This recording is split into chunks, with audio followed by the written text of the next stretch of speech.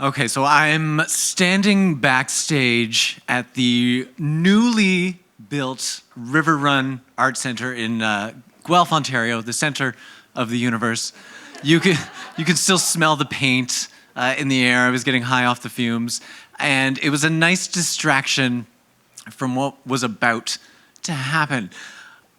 I had been doing stand-up for about 2 years at that point, and by doing stand-up, I mean doing stand-up very infrequently. I was going to university. I would just every now and then, like every 3 or 4 months, hop on the Greyhound bus after class, head into Toronto, do an open mic, and then grab the Greyhound back home, either tail between my legs or on a high because I got some laughs. And I was asked to open for a magician. An illusionist. He was very strict about that point. There weren't a lot of places to perform in Guelph. One of the only places I could perform was with our LGBT student group would throw these things called faggy pubs every couple of months. If you don't know Guelph, there's a lot of agricultural students there. It's the university that invented the Yukon Gold potato. You're welcome. Go Griffins.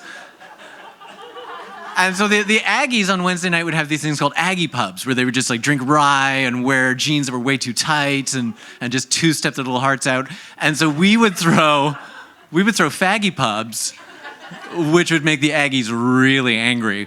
But they would basically, it would be a dance and then a talent show. Because you can't have like 3 queer people in a room without being like, we should have a show. Should we do a show? Should totally do a show. This is good. It's like a test of queerness if you're not sure. So I perform in these shows every so often, and they were open to the community at large because there were no like queer spaces in town. So this magician, illusionist, would show up. He was like 15 years older than everyone, and he was good. Like he would do a bunch of card tricks and close-up magic and rip up a newspaper, and then it wasn't ripped up. It was amazing. And he's like, I'm doing this big show at the River Run. I would love it if you would open for me and do like 20 minutes. Can you do 20 minutes? And I'm like, yeah, I can do 20 minutes. I couldn't. Could do 20 minutes. And he's like, yeah, it'll be fine. It'll be great. I'm like, okay, this is going to be amazing. This is going to be my big break. And then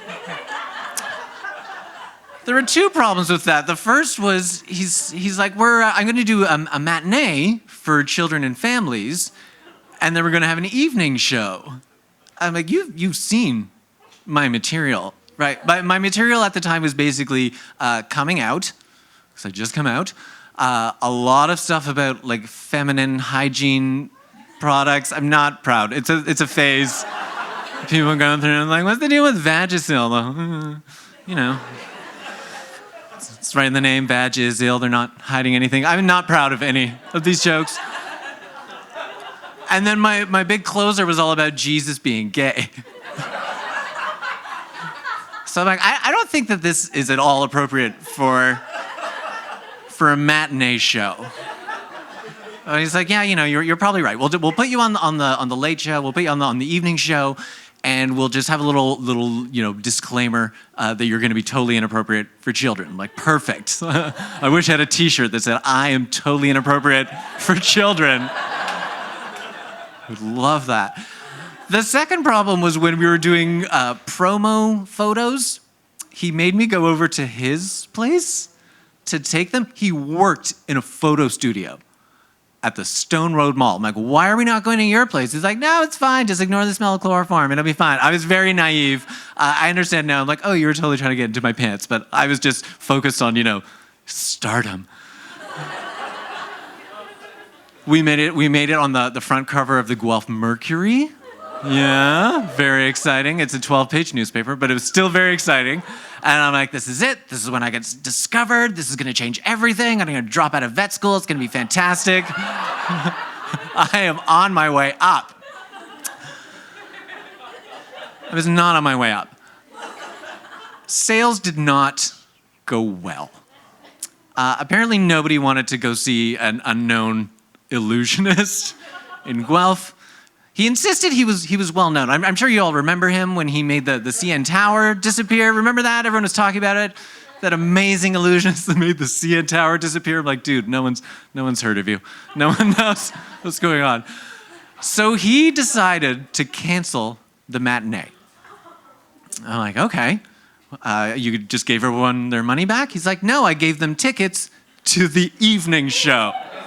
Don't you remember the talk we had about my material and it's probably not appropriate? He's like, well, just don't do anything inappropriate. I'm like, well, then I'm just going to go out there and be like, hi. Like I have nothing. I have nothing for these people. So I'm standing backstage. I'm just sweating. I'm nervous. There's a little trickle of pee running down my leg, I'm sure. They announce my name. I walk out onto the stage, approaching the mic stand with a confidence that I'm not feeling inside. And I couldn't see anyone because of the lights. I'd never done a theater show before, so I wasn't ready for that. And I'm like, I couldn't see anyone except for the front row. Full of smiling, happy, eager to see some magic children. And so I made a reference to it. I was like, oh, you kids are all going to learn some new words tonight. And everyone sort of laughed. And then I got into my coming out material, and the laughs stopped. There were 8 people laughing. There was my brand new boyfriend who'd come up from Idaho that day to watch me perform. 2 friends of mine, and then I guess just 4 other people who just wandered in and were like, this guy's hilarious. So I'm doing my coming out material, and it's not going well. It's just silence. Children are getting removed from the auditorium. Parents are covering their ears and their eyes and just giving me the dirtiest looks ever. Like, how dare you? I'm like, what's going on? And then I move on to my feminine hygiene section. And then I could just hear people leaving.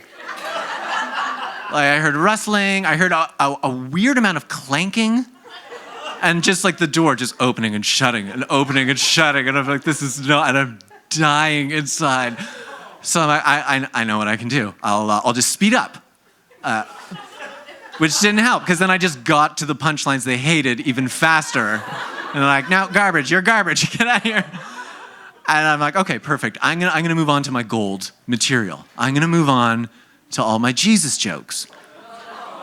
So I'm, quoting all the scripture to back me up, like, get thee behind me, Satan, and, turn the other cheek, and who's your daddy, Judas, all that stuff.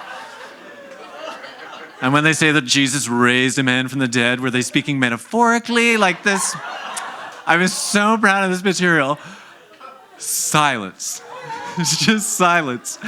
And then out of the silence, just this little old lady voice yelled, "Stop it! That's enough!"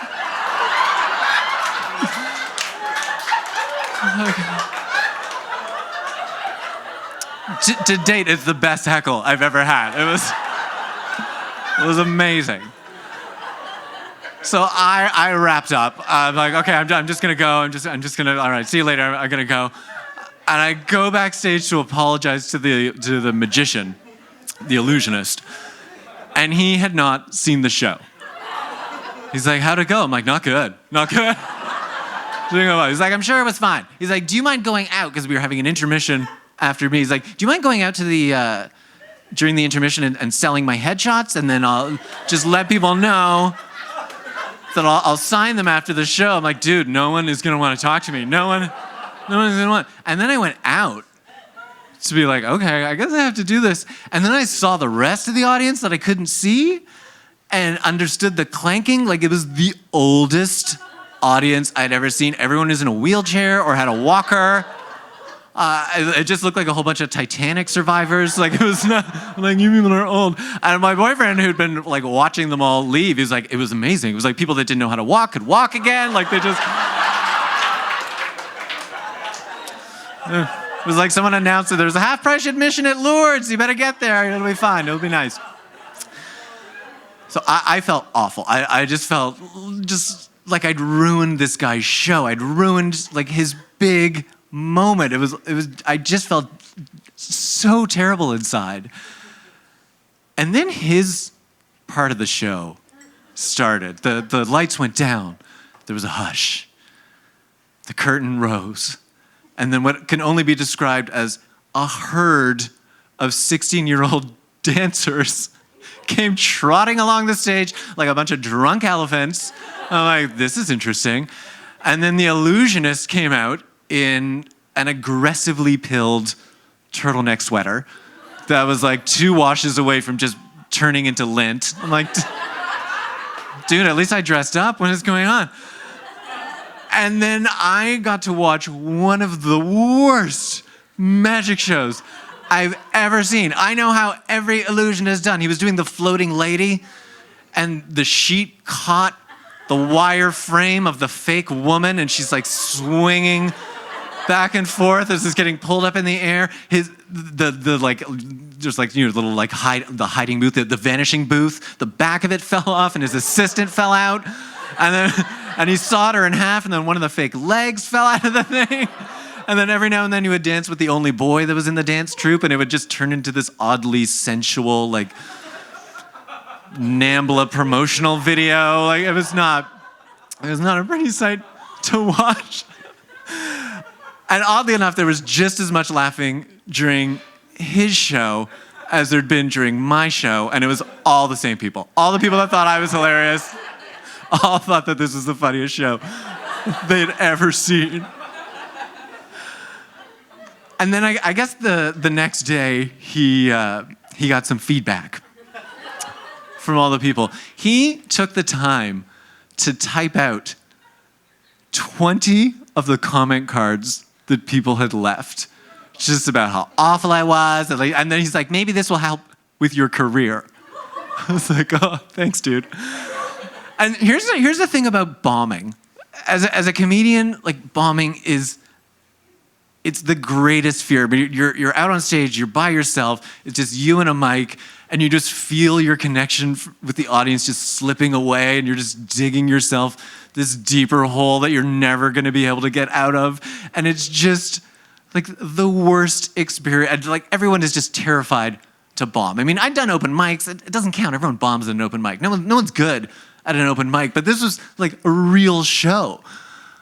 But the good thing about bombing is once you do it, and once you do it in this spectacular fashion that I had, bombing's nothing.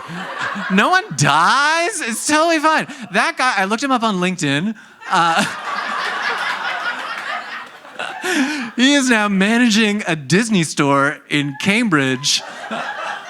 And I am touring around the world telling jokes to people for money. Thank you very much, everyone.